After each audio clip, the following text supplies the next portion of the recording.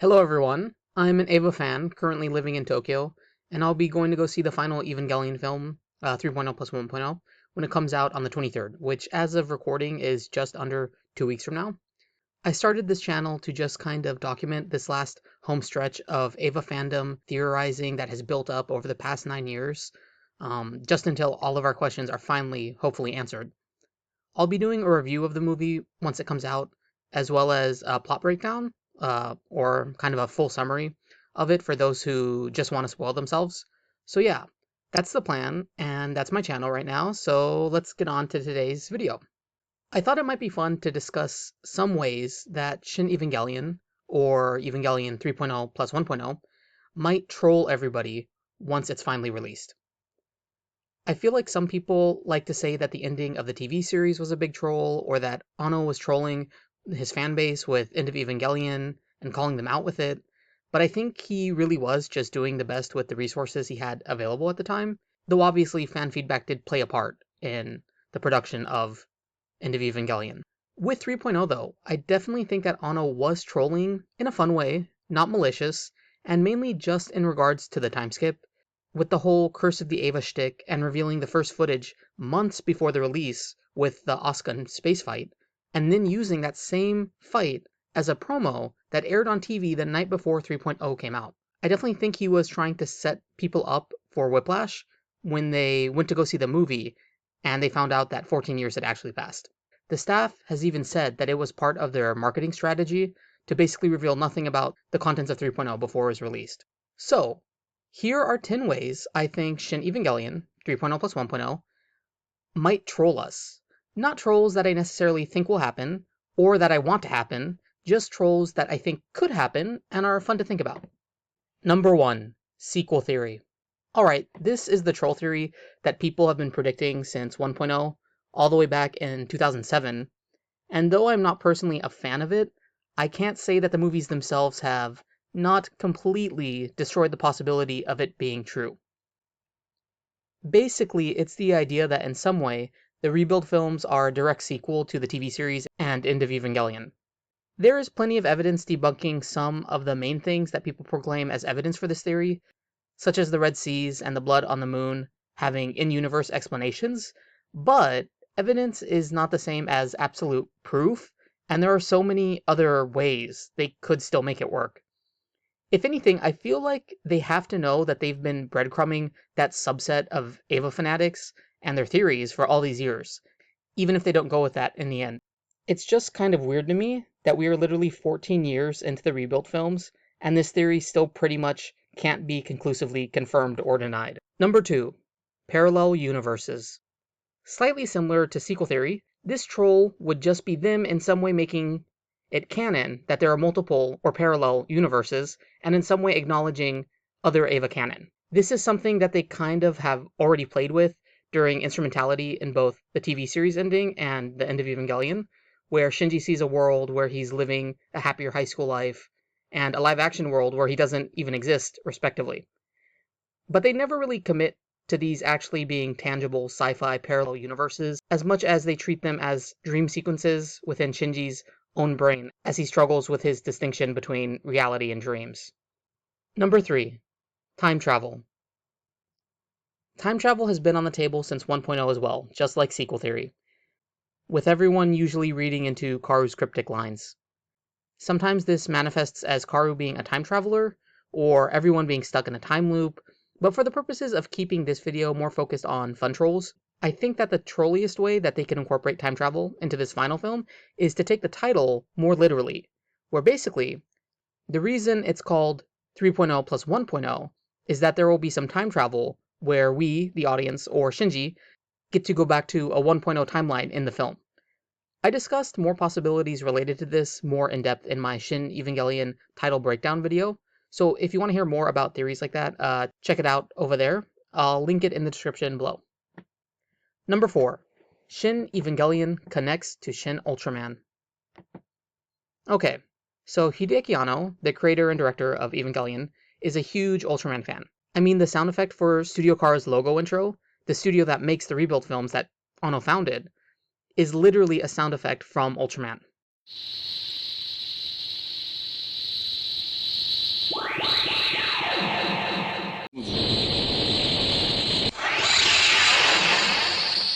Some of the first stuff he ever made as a high school and college student were Ultraman fan films.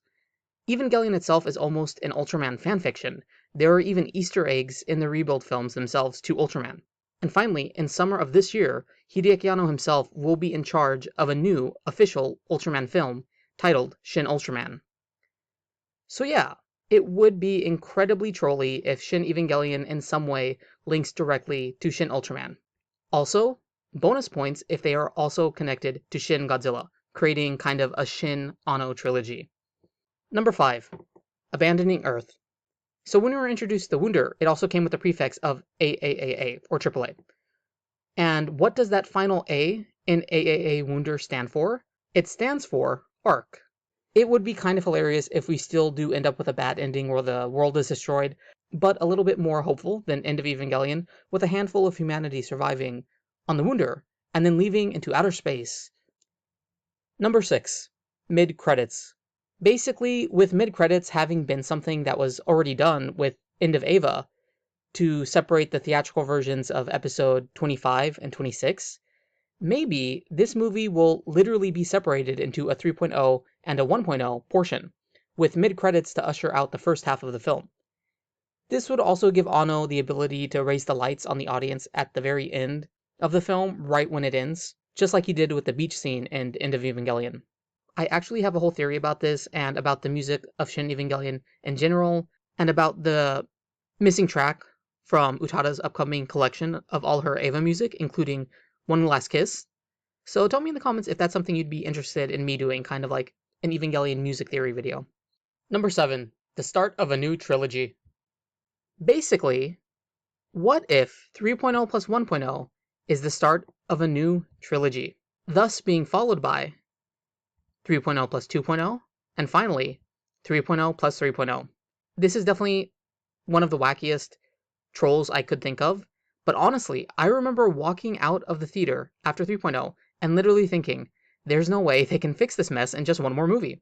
Other than that though, the only possible evidence for this is that in 2018, when Anno would have been working on Shin Evangelion, at the Lantern Festival in Japan that he usually participates in, by drawing some sort of design from the upcoming Eva film that he's working on his own lantern, he instead wrote Juzai Senjo, which means something like working like ones on the battlefield, which is kind of just the same thing as saying I'm giving it my all. But above this though, he wrote that this work period as beginning in 2018, where the ending is written as 3 separate years, where you can maybe interpret their separation to mean or. So he might have been saying that the production was going to end in 2020 or 2021 or 2022, when he wasn't as confident of when the film was actually going to release. Which the film was delayed until 2021, but that was mostly from Corona, and that wasn't really something he could have known about. So maybe, if you wanted to have some fun with it, you could interpret the dates as being separated not by ors, but by ands. So instead of 3.0 plus 1.0 coming out 2020 or 2021 or 2022, it would be that 3.0 plus 1.0 is coming out 2020, 3.0 plus 2.0 is coming out 2021, and 3.0 plus 3.0 is coming out 2022. Number 8. The return of the fake previews. Basically, I think there's a non-negative chance that the previews we have seen up until this point may not actually be just misleading, but they could actually be completely fake. A la the infamous 3.0 plus 1.0 preview at the end of 2.0 that never ended up materializing. The Shin Eva previews only amount to like a little more than 2 minutes of footage total, most of which is either pretty static close-ups or actually just CG. And for those who have watched the behind the scenes and the making of extra features that come with the DVDs and the Blu-rays of the films, we know that they run through a lot of experimental CG animation that they don't actually end up using in the final film. And that Eva 01 versus Eva 13 fight in the recently released full trailer just reeks of that preliminary CG to me. It honestly looks even worse than the placeholder CG that they used for the Unit 8+2 teaser at the end of 3.0, which that footage has basically all but been confirmed to be fake and just trolling at this point. Number 9. The return of the meta audience. So, I was just thinking about how they used the Death and Rebirth premiere to get footage for the live-action segment for End of Evangelion that was supposed to be all meta, making the Eva Otaku in the theater think about themselves in reality. Then it hit me that it would be crazy if all the screenings of Avant 01 that they did back in 2019 were done for a similar reason. None of them needed to sign release forms, so showing faces is out, but it wouldn't be impossible to imagine them using all the different back of head angles in a meta aspect with all the people waiting on Ava, watching Ava. I just found it really interesting that they could do it if they really wanted to, with all this B-roll that they did manage to slyly get from everybody. The taking of the Death and Rebirth premiere B-roll was seemingly premeditated for end of Ava usage, but I don't think the audience was told at the time that the filming was specifically for the movie. They probably just assumed it was for bonus footage if they weren't told anything at all. And Kara has streamed all the cam archives of the different location screenings multiple times on the Ava Extra app. Actually, they are still even available to this day. So they're definitely feeling at least legally comfortable using the footage that they do have. The extension of this troll would be that Avant 01 itself in Shin Evangelion is going to be super meta and just a stitched together version using all the different cam footage that they took from the screening events throughout the world. Tokyo, Paris, Los Angeles, making Avant 01 an ephemeral piece of media, only finally being available in a clean HD version when they release it on Blu-ray or something. And obviously this is all just a troll idea, but I know that people are still going to try to poke holes in it, and people are going to say that the big hole in the troll would be them wasting 10 whole minutes of animation that they went through the effort of producing. However, with the Animator Expo, which was helmed by Studio Kara and Hideaki Anno, they literally financed hours worth of animation that has all but been scrubbed clean from their websites, and years later now, and there's still no foreseeable plan to release them again either digitally or physically. They have become straight up lost media. Number 10. It was all a dream.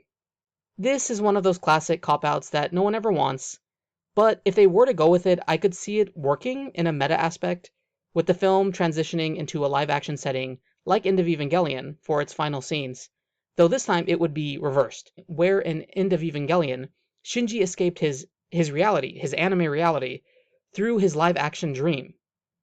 But this time it would be that Shinji wakes up from his anime dream to face his live-action reality. Alright, and that's it. I really hoped you enjoyed this video and realized that it's all just mainly in good fun. Also, I didn't want to mention it in the sections themselves, but let's just say that some of these trolls have suspiciously already happened in other anime in recent years. These anime, even more suspiciously, having pretty strong ties in some ways to the Rebuild films, staff-wise. I've been thinking of maybe even doing a whole separate video on them, something clickbaity like, did these anime steal unused Rebuild plot points? So yeah, tell me below if that's something you would be interested in. Also, of course, please share any feedback about this video you have with me in the comments down below. Thanks for watching, and I hope to see you guys a few more times before I finally get to see Shin Evangelion myself when it comes out on the 23rd.